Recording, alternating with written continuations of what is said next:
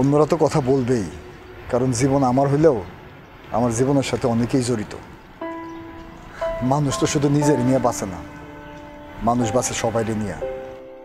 তাই সবার মতামতের গুরুত্ব দিতে হয়। ভাই, এখন আমি 8 টাকা কই থেকে জোগাড় করব?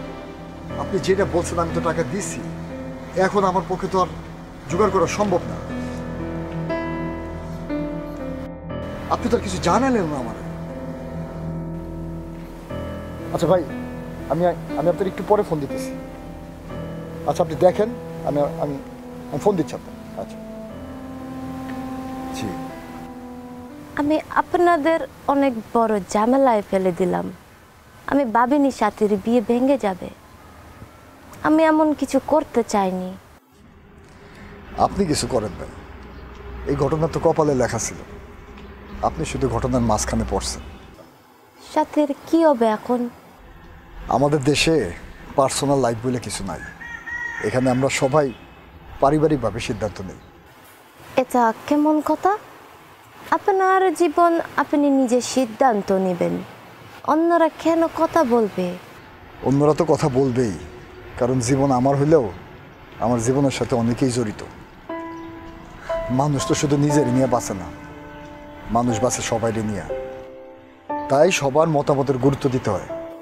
আমরা যারা বিদেশে জন্মেছি, আমাদের সিদ্ধান্ত আমরাই নেই, কিন্তু এখানে কোনটা ভালো আমি জানি না।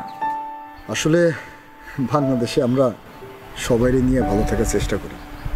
এখানে একজন অসুস্থ হইলে একজনের সাথে 5 জন হাসপাতালে যায়।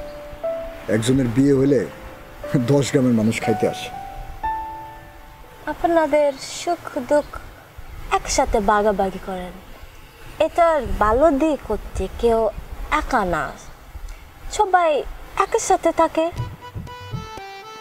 আমি চলে যাব। তো আমাদের হয়তো বাবার দেখা হইতেও পারে, কারণ আমিও প্রবাসী।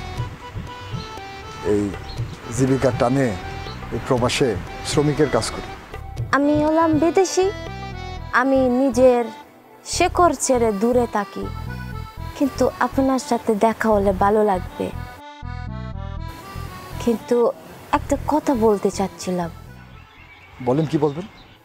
সাথীর হাজবেন্ড বেঁচে আছে কিনা একটু দেখবেন। আমারও তো ভুল হতে পারে, কিন্তু আমার মনে হচ্ছে আমি তাকে দেখেছি।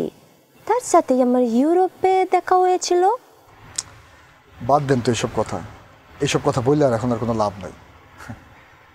আর সাথীও তো এখন আর বিয়ে করতে চায় না। এগুলা কথা আর ভাল লাগে না। দেখি বাড়ির দিকে যাই। ঠিক আছে।